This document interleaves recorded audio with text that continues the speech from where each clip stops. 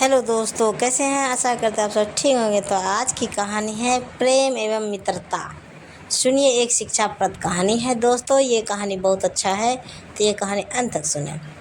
हर इंसान को सुनना चाहिए प्रेम एवं मित्रता की कहानी। आनंदपुर एक छोटा शहर था। वहाँ केवल एक सरकारी स्कूल था। सभी वर्ग, जाति एवं पंथ के बच्चे एक ही विद्यालय में पढ़ते थे। इसी विद्यालय की 10वीं कक्षा में विभा और रोहिणी भी पढ़ती थी। दोनों अनन्य शाखा थी। हालांकि दोनों की आर्थिक स्थिति में जमीन आसमान का अंतर था।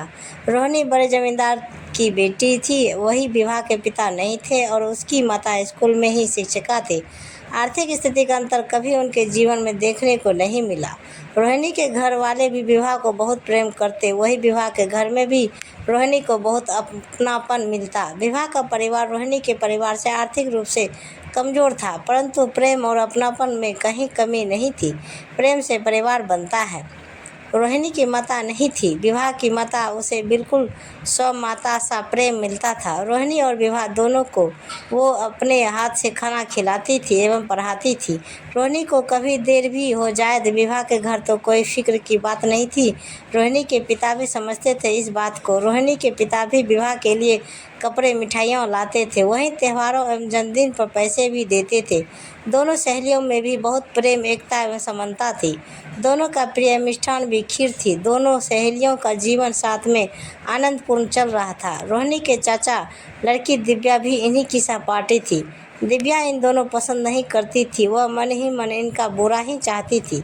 10वीं की परीक्षा की तैयारी। इन सभी की 10वीं की परीक्षा आ रही थी। विभा की माता थोड़ी कड़ाई से दोनों बच्चों को पढ़ा रही थी। आवश्यकता पड़ने पर लड़कियों को उठ बैठ लगाने का दंड भी देती। एक दिन की बात है, दिव्या ने रोहिणी से 2 दिन के लिए उसके गणित और विज्ञान की कॉपी मांगी। रोहिणी ने दे दी। जब वह विभा के यहाँ पहुंची तो माताजी को, जो कि शिक्षिका भी थी, उन्होंने कॉपी निकालने को कहा।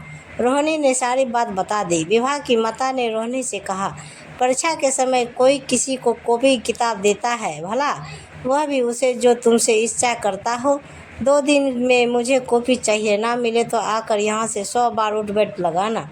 2 दिन बीत गए, परंतु रोहिणी की कॉपी वापस नहीं मिली। जब रोहिणी ने अपनी बहन पर गुस्सा करते हुए अपनी कॉपी मांगी, तब उसकी बहन ने कहा कि मैं बाहर बैठकर कॉपी से पढ़ रही थी। माँ के बुलाने पर जब मैं अंदर आई तब तक गाय ने कॉपी खा ली। दुख हुई रोहिणी रोती हुई विभा के घर पहुंची और रोते रोते उठ बैठ करने लगी। यह देखकर विभा ने उससे कारण पूछा। रोते रोते रोहिणी ने सारी बात बताई।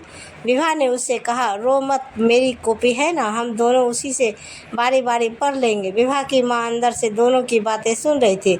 उन्हें अपनी बेटी की सोच पर गर्व हुआ। बुरे समय से सही उपाय आवश्यक। कुछ समय बाद विभा की माँ दोनों बच्चों के लिए नाश्ता लेकर पहुंची। तब रोहिणी ने रोते हुए कहा, नहीं नहीं, मुझसे गलती हुई है। मैंने परीक्षा के समय अपनी कॉपी अपनी बहन को दे दी। वो कहती है मेरी कॉपी गाय ने खा ली। विभा की माता ने रोहिणी से गले से लगाकर चुप कराया। उन्होंने उससे कहा, बेटा, मैंने सब बात सुन ली है। अब जो हो गया सो हो गया। इससे सीख लो, आगे की तैयारी करो। बुरे समय में सही उपाय आवश्यक है। दोनों के पास समय कम है। दोनों को एक ही कॉपी से पढ़ना है। दोनों अपनी अपनी समय सूची बनाओ। ध्यान रहे दोनों के गणित एवं विज्ञान पढ़ने का समय अलग अलग हो। अच्छाई एवं मेहनत का फल अच्छा एवं मीठा। माँ के जाने के बाद विभा ने भी रोहिणी के धैर्य बंधाया। दोनों सखियों ने मिलकर माँ के कहे अनुसार समय सूची बनाई। साथ ही यह भी निश्चित किया कि जब हमारा खाली समय होगा तब हम खेलने बजाय नोट्स लिखेंगे, ताकि परीक्षा के दिन हम दोनों पढ़ सके। इसी तरह से दोनों तैयारी करने लगे। कुछ ही दिनों में गणित एवं विज्ञान की कॉपी भी बनकर तैयार हो गई। उनकी परीक्षा भी अच्छी हुई। जब परीक्षा फल आया तो वे दोनों फूली न समाये। दोनों ने 90% से अधिक अंक लाए। रोहिणी के पिता इतने प्रसन्न हुए कि दोनों बेटियों को कपड़े खरीदने ले गए। विभा की माँ ने दोनों की प्रिय खीर बनाई। मित्रता व्यक्ता का कोई तोड़ नहीं सकता। तो दोस्तों, ये कहानी कैसी लगी मैं कमेंट में ज़रूर बताइए। तो प्रेम से बोलिए जय माता दी, हर हर महादेव।